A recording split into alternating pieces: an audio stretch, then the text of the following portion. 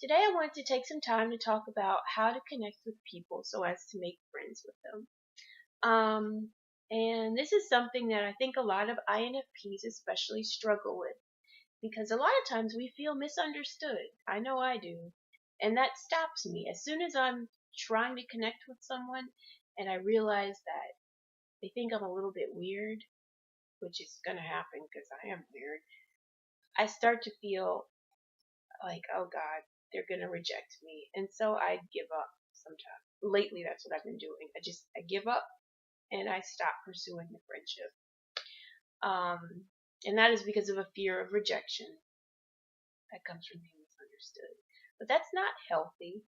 Um, it's normal for us because we INFPs we tend to protect ourselves by going into turtle mode and preferring to be on our own rather than around people who can hurt us and misunderstand us.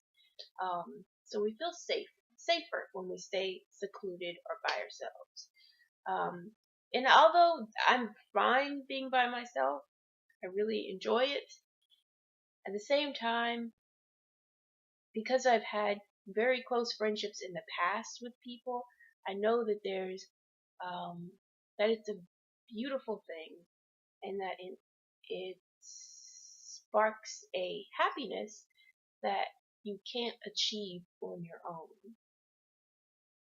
Of course, you can achieve a very different happiness when you're on your own. Like that kind of happiness leads to peace of mind for me. But there's a certain joy that I get from being around friends and people who I love and feel a close connection with. So today, I was going to talk about some tips on how to develop a close connection with people. And I wrote them down, so hang on. Okay, there are 3 tips that I just wanted to kind of go over a little bit today. And hopefully because they've helped me, maybe they'll also help you to, like drum up some new connections with people who you think you might want to be friends with in your life. So the first tip is just be when it comes to conversation. I know that like small talk or that initial getting to know someone conversation can be really intimidating. I know it is for me. But one thing that helped me as a friend, this is one of the people who I connected with, and I'm really, really thankful that I did because she's a wonderful, wonderful friend. One of the things she told me, she's like, Paula, you need to stop trying to be something and just be. And it took me probably like 3 years to really understand what she was trying to tell me. But now that I'm older, I do definitely get it. Instead of trying to be witty or trying to be smart or trying to be mysterious, the only thing when we're having a conversation with another person that we need to focus on being is being a good listener and a good learner. Because in that moment, in that conversation, it's not about us. It's not about me trying to present myself. It's about them. I am only in this conversation because I want to learn about them. And having that mindset pulls you out of your head and out of your insecurity, and it makes you all about the other person. And people they like feeling listened to and feeling like someone appreciates them enough to want to get to know them. So I find that really does help me when I'm trying to get to know someone. And I think this is good advice, especially in the age of social media, because right now, a lot of our conversations with people happen over like Instagram or Facebook or Twitter.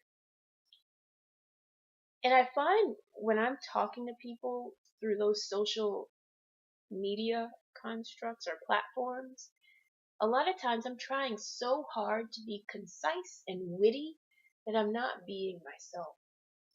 I'm really focused on what I'm saying, how I can make them laugh, how I can make them think I'm so smart, and how I said this in just the right way, that I'm not really having a sincere, heartfelt conversation with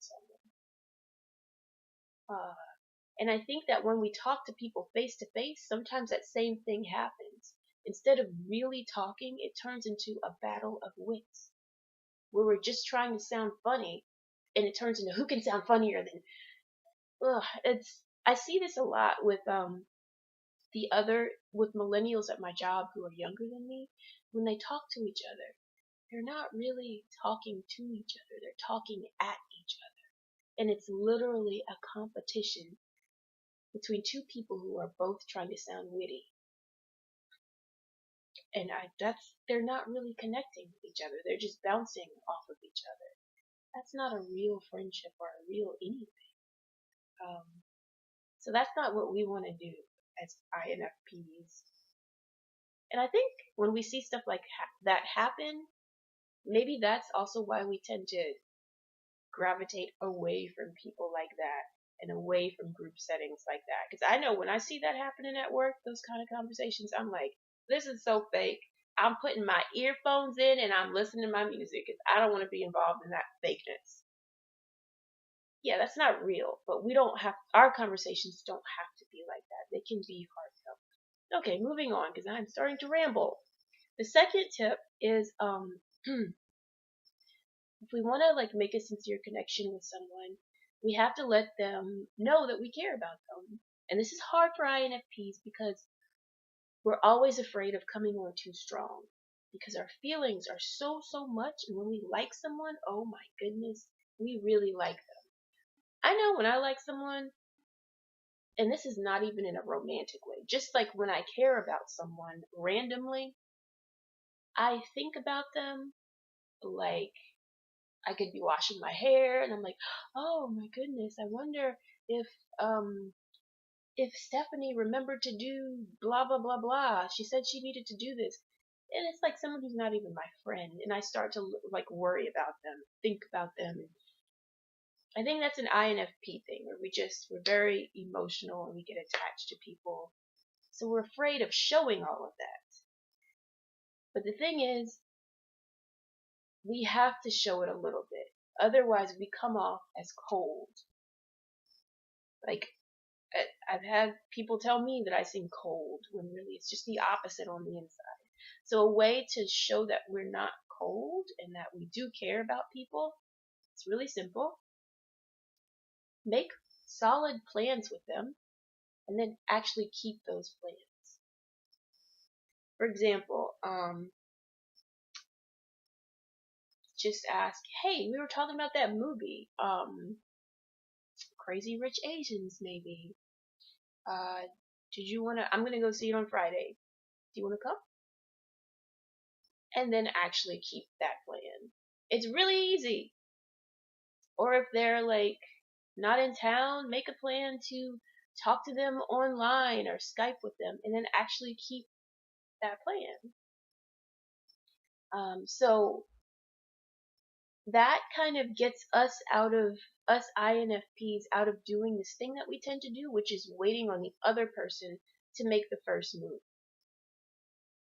If we want to connect with someone to be friends with them, we have to make a move every now and then, which means make a solid plan to do something together and then keep it. That is how a friendship blossoms and grows.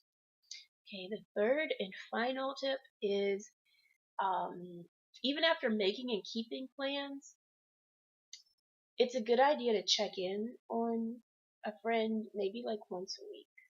Or if they're an introvert like us, maybe once every other week.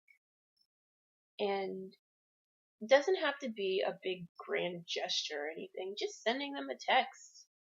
Like, I have one friend, she sends me, I forget what it's called, it's this little video thing. Let me see if I can find out the name of it. And it's really good for us introverts because Marco Polo. Yeah, she has this little Marco Polo app that we both have on our phones. And she'll send me one every now and then with a video of her saying, hey, my day was good and yada yada happened. And it's usually funny. And then she'll ask me, like, how was your day? Just check in and say hi. That's a really nice way to keep in touch. We don't have to like have long phone conversations, which I hate to do. And it doesn't have to be a long texting thing because sometimes that can get too out of control. It's just a nice little video that you send to somebody or whatever. Oh, and another thing about checking in with someone, the wrong way to check in with a friend is to randomly send them a text that says, "Hey, how are you?" Or, "Hey, good night," at the end of the day. Because I have one introvert friend who's lovely and I love her to death, but she every now and then sends me these texts, and I can tell that she's just trying to check in, but she's not really saying anything. And it's a little bit annoying, even though I love her. That's a little annoying just to send me some random, this is a group of words. What does that mean? And I always reply like, "Oh, hey, I love you. How you doing?" Because I really do. But I wish that there were like something solid there. It just feels like empty chit chat. So instead of doing that, I think it's a better idea if you're gonna send a text to someone every week just to check in, is to send something like, "Hey, I heard this funny joke and it made me think of you." And then send them said joke. Or like send them, a picture that's really funny. Like, "Thought of you when I saw this." That's all it takes.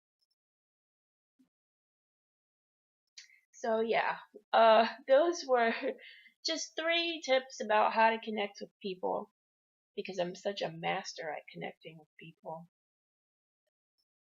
No, I'm not, but those have worked for me in the past. Instead of the first one again, just to review them, the first one was just be. Instead of trying to be a, let me start that over again because that sentence didn't make sense. The first tip is when we're in a conversation with someone who we want to connect with, instead of trying to be witty or appear mysterious or anything like that, only focus on being a good listener and learning as much as we can about that person. The second tip is to make and then keep plans with said person. And the third one is, after that point, once you've established a friendship, to keep the friendship up. Even if you don't feel like doing something with them every week, at least send them a text or like a Marco Polo or some kind of video once a week just to check in with them and say hey and let them know that you're thinking about them. And that is all, basically. See, us weird INFP types, people just don't usually realize how much we care about them. And that's sad, because people who we care about deserve to know that. But it's very, very difficult for us to be able to express that. It makes us very vulnerable and scared to do that. But this is just a little way that we can show that we care about them, by checking in, and by making an attempt to connect with them. Alright, well, I hope that helps, and I hope you have a lovely day. And if you have any other suggestions about how to connect with people, please feel free to share them. Thank you. Bye!